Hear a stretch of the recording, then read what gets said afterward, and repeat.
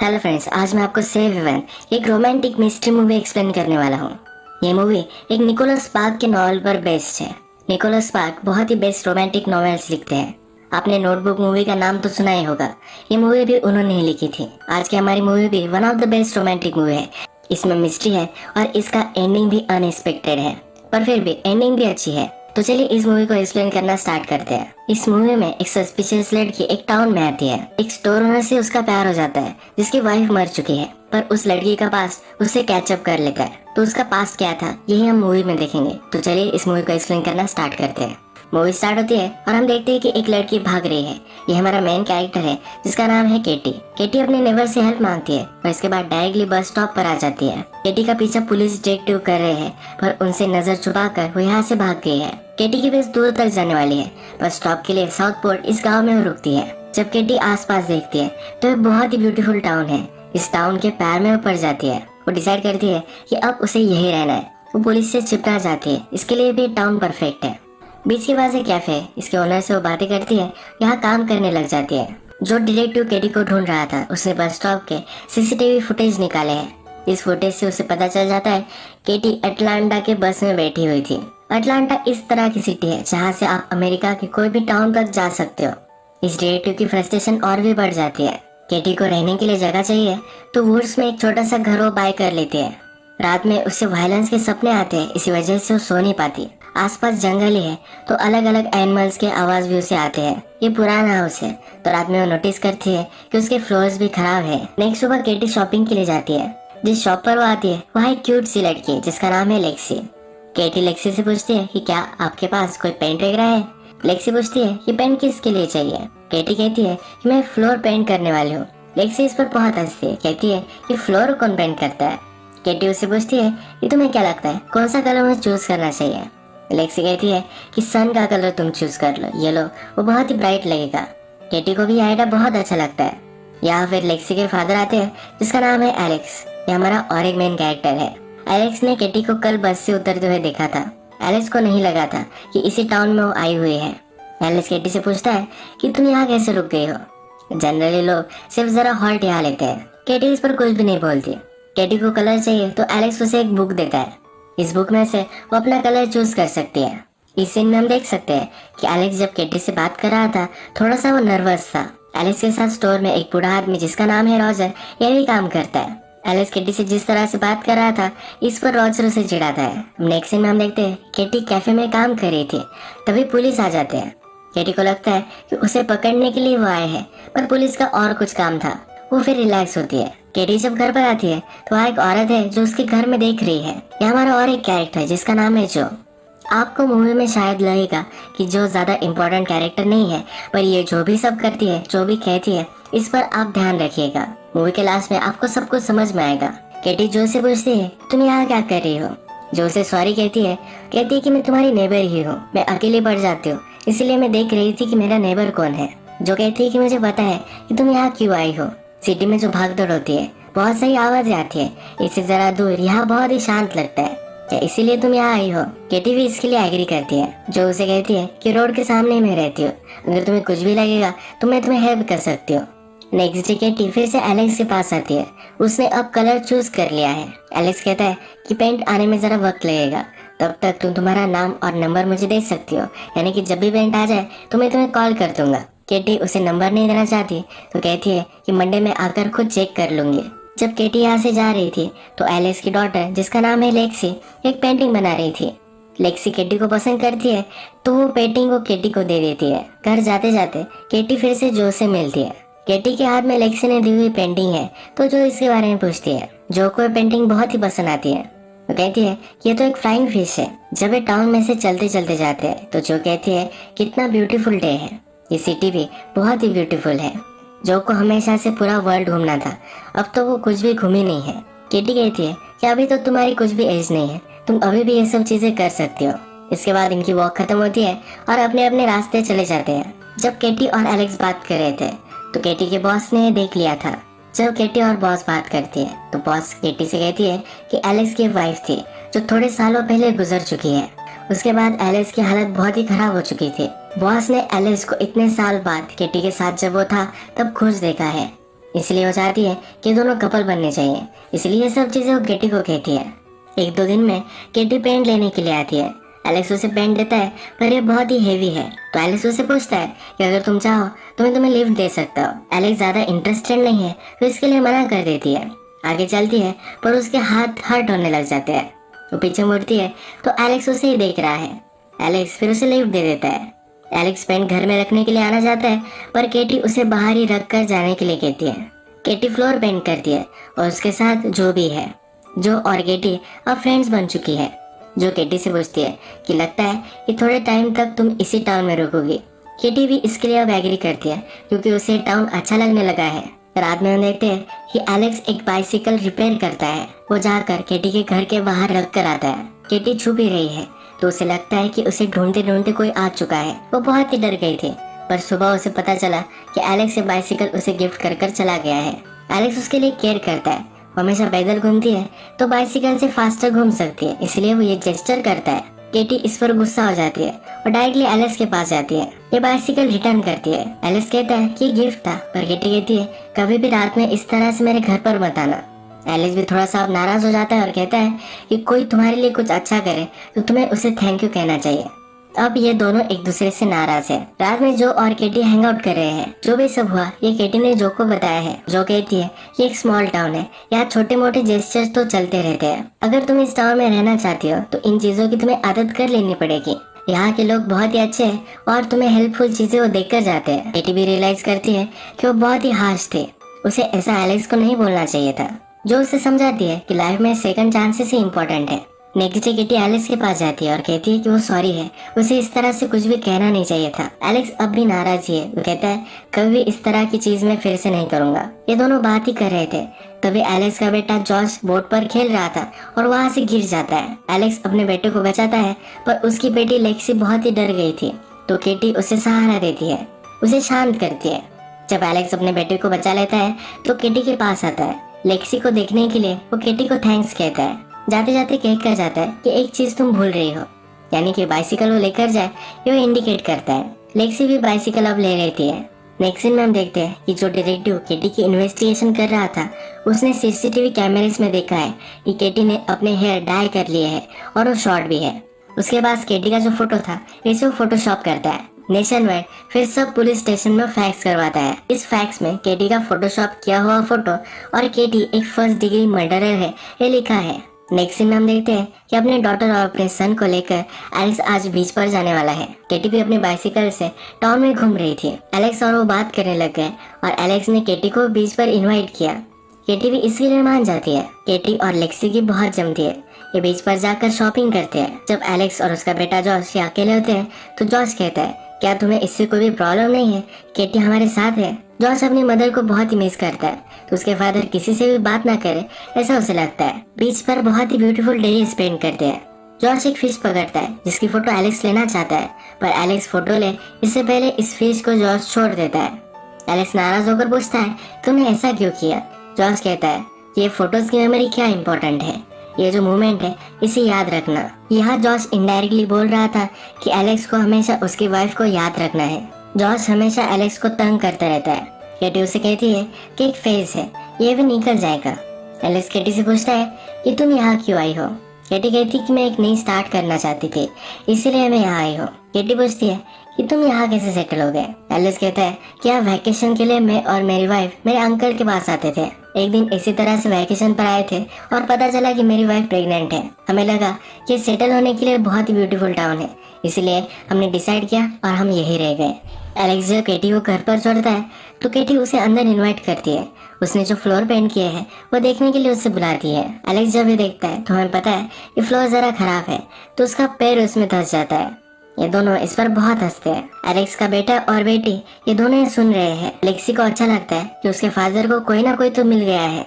Next scene में हम देखते हैं कि डिटेक्टिव अब केटी ने जिस नेबर से हेल्प ली थी उसको इन्वेस्टिगेट करता है पर ये नेबर उसे कुछ भी नहीं बताती। फिर से हमें टाउन दिखाया जाता है। हम देखते हैं कि रात में केटी घूम रही थी। उसकी बॉस फिश पकड़ रही थी जो एक भाले से था। इस पैर से फिश कैसे पकड़ने हैं ये उसे सिखाया जाता है। केटी ने फर्स्ट टाइम फिश पकड़ा है तो एक्साइटेड होकर वो एलेक्स को दिखाने के लिए जाती है। एलेक्स कहता है कि मैं भी फिशिंग के लिए जाता हूँ पर पैर से वो नहीं करता। वो कनूज में जाता है और वहाँ से फिशिंग करता है। वो किटी से पूछना चाहता है कि क्या वो भी उसके साथ कैनल्स में फिशिंग करने के लिए आएगी, पर वो बहुत ही नर्वस है। स्टोर में काम करने वाला रॉजर कहता है कि यार पूछ भी डालो। एलेक्स नर्वस होकर पूछ डालता है। केटी भी इसके लिए हाँ कहती है। एक ब्यूटीफुल लेक और कैनल्स में अब ये दोनों फिशिंग करने के लिए आते हैं। एलेक्स कहता है कि पूरे वर्ल्ड में ये मेरा ब्यूटीफुल प्लेस है। केटी पूछती है कि अपने वाइफ के साथ तुम आया करते थे। एलेक्स कहता है कि हाँ। केटी पूछती है कि तुम्हारी वाइफ के जाने के बाद अभी भी तुम्हें दुख होता है। एलेक्स कहता है कि पहले बहुत हुआ करता था, मैंने डिसाइड किया था कि मेरी वाइफ को मैं भूल जाऊंगा, पर ये सही नहीं है। तुम मेरी लाइफ का एक ब्यूटीफुल पार्ट थी और अगर मैं उसे याद नहीं रखूंगा तो कौन रखेगा। टाइम के साथ अब मैं जरा हील होने लगा हूँ। मेरे बच्चों के मन में भी मेरी वाइफ की ब्यूटीफुल मेमोरीज में रखना चाहता हूँ। बस एक एक दिन में गुजारता रहता हूँ। आज पहली बार मैं तुम्हारे साथ जब हो तो सही से जी रहा हो, इस तरह से मुझे लगता है। केटी कहती है कि आज का डे परफेक्ट है। सडनली जोर से बारिश आने लग जाती है। केटी और एलेक्स भागते भागते रेस्टोरेंट में आते हैं। एलेक्स अपने एक फ्रेंड को कॉल लगाता है जो उन्हें पिकअप करने के लिए आने वाला है। बहुत रात है पर फिर भी उसका फ्रेंड नहीं आया। इस रेस्टोरेंट में एक बहुत ही ब्यूटीफुल गाना लगता है। इस गाने पर ये दोनों डांस करने लग जाते हैं और एक दूसरे के बहुत करीब आ जाते हैं। अचानक से एलेक्स का फ्रेंड वहाँ आता है और इन दोनों को डिस्टर्ब कर देता है। एलेक्स का फ्रेंड एक पुलिस है तो केटी उससे बहुत डरती है। एलेक्स और उसका फ्रेंड केटी को घर पर छोड़ते हैं। एलेक्स बाहर निकलता है और केटी को झाड़ के पीछे लेकर जाता है। ये दोनों एक दूसरे को किस करते हैं और फिर एलेक्स वहाँ से निकलता है। एलेक्स का फ्रेंड उसे चिढ़ाने वाला था पर एलेक्स कहता है कि प्लीज चिढ़ाओ मत। एलेक्स आज दिन भर बाहर था तो उसके किड्स ने उसे बहुत मिस किया है। आधी रात में एलेक्स अपनी वाइफ के रूम में जाता है। यहाँ हम देख सकते हैं कि एलेक्स की वाइफ मरने से पहले बहुत सारे लेटर लिख कर गई है। ये लेटर उसके बच्चे जब ग्रेजुएट होंगे उनके लाइफ में अलग अलग पॉइंट्स पर ये उसे देने के लिए कहती है। एलेक्स की वाइफ को कैंसर था, इसी वजह से मरने से पहले वह सब लिख कर गई है। जॉर्ज भी नोटिस करता है कि एलेक्स उसकी मदर के रूम में है। एलेक्स जब नीचे आता है तो जॉर्ज कहता है कि वहाँ जाना अलाउड नहीं है, तुम ऐसा कुछ भी मत करो। एलेक्स कहता है कि मैं भी तुम्हारी मॉम को बहुत मिस करता हूँ, ये मेरे लिए भी बहुत हार्ड है, प्लीज मुझे समझ लो। नेक्स्ट में हम देखते हैं कि डिटेक्टिव केटी के घर में सब चीजें ढूंढता है। यहाँ पर उसे हैंडराइटिंग दिखती है जो हैंडराइटिंग केटी की नहीं है, उसके वो नेबर की है। नेबर ने कहा था कि वो केटी को नहीं जानती थी पर अब उसे मालूम है कि वो केटी को जानती है। केटी भी अपने नेबर को कॉल करती है और कहती है कि वो एक अच्छी जगह पर पहुंच गई है, वो उसे हेल्प करने के लिए थैंकफुल है। फिर से हमें टाउन दिखाया जाता है। केटी और एलेक्स अब एक ऑफिशियल डेट पर जाते हैं। रात में एक दूसरे के साथ इंटीमेट हो जाते हैं। नेक्स्ट डे हम देखते हैं कि एलेक्स पुलिस स्टेशन पर आता है। हमें पता है कि एलेक्स का फ्रेंड पुलिस में, इसलिए अपने फ्रेंड से बात करने के लिए आया था। यहाँ पर पुलिस स्टेशन में वो केटी का फोटो देखता है। फर्स्ट डिग्री मर्डर के लिए वो वांटेड है, यह वो देख पाता है। एलेक्स बहुत ही गुस्सा होता है और डायरेक्टली केटी को कन्फ्रंट करने के लिए पूछता है। केटी का नाम अलग है तो उसी नाम से उसे पुकारता है। केटी कहती है कि मैं सबको समझा सकती हूँ, पर एलेक्स कहता है कि तुम एक झूठी हो, मैं तुम पर किस तरह से ट्रस्ट कर सकता हूँ, तुम मेरी फैमिली से भी मिली, तुम्हें शर्म आनी चाहिए थी कि मैं एक बैड रिलेशनशिप में थी, इसी वजह से मैंने ये सब किया है।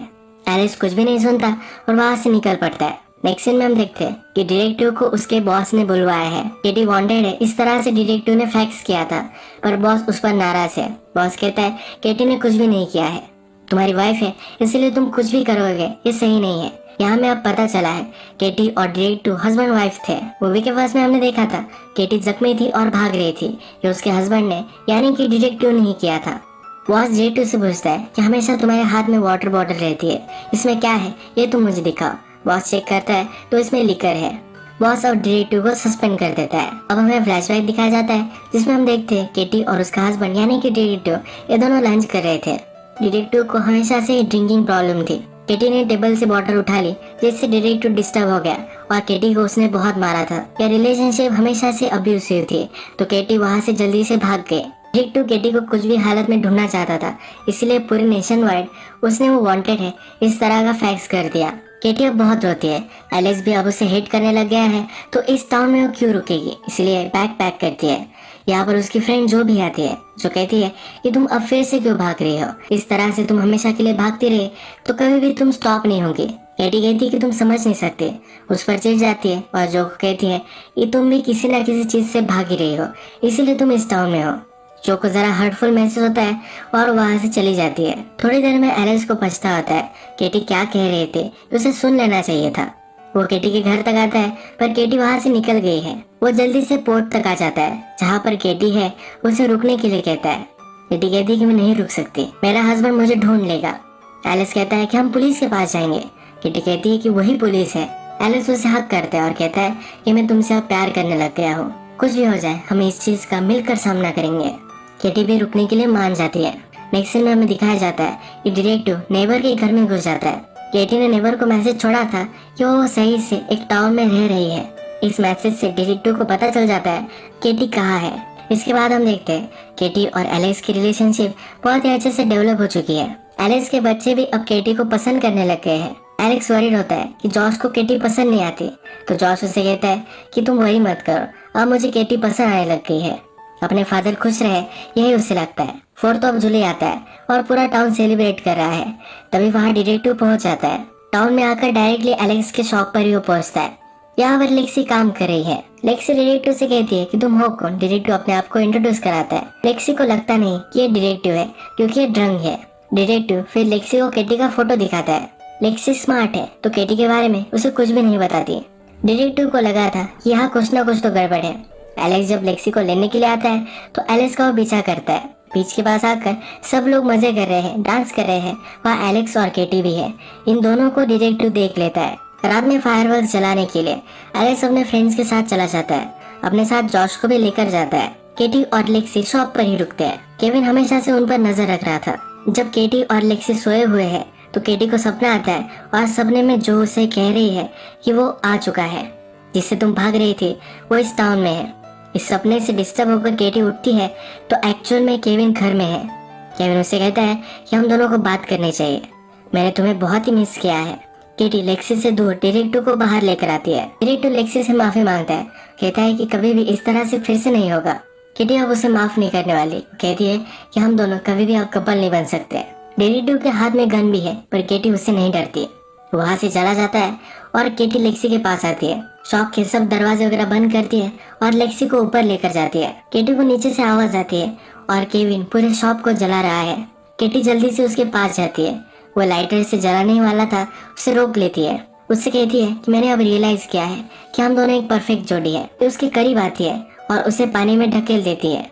तभी हम देखते हैं कि एलेक्स पटाखे जला रहा था। वो दूर था पर वो रॉकेट जला रहे थे। एक रॉकेट की चिंगारी आकर स्टोर को जलाने लग जाती है। एलेक्स आग देखता है और वापस आने लगता है। केटी लेक्सी को बचाने के लिए ऊपर जाना चाहती है पर डिटेक्टिव पानी से बाहर आकर लेक्सी को बहुत मार रहा है। एलेक्स थोड़ी देर में वहां पहुंचता है और लेक्सी को बचा लेता है।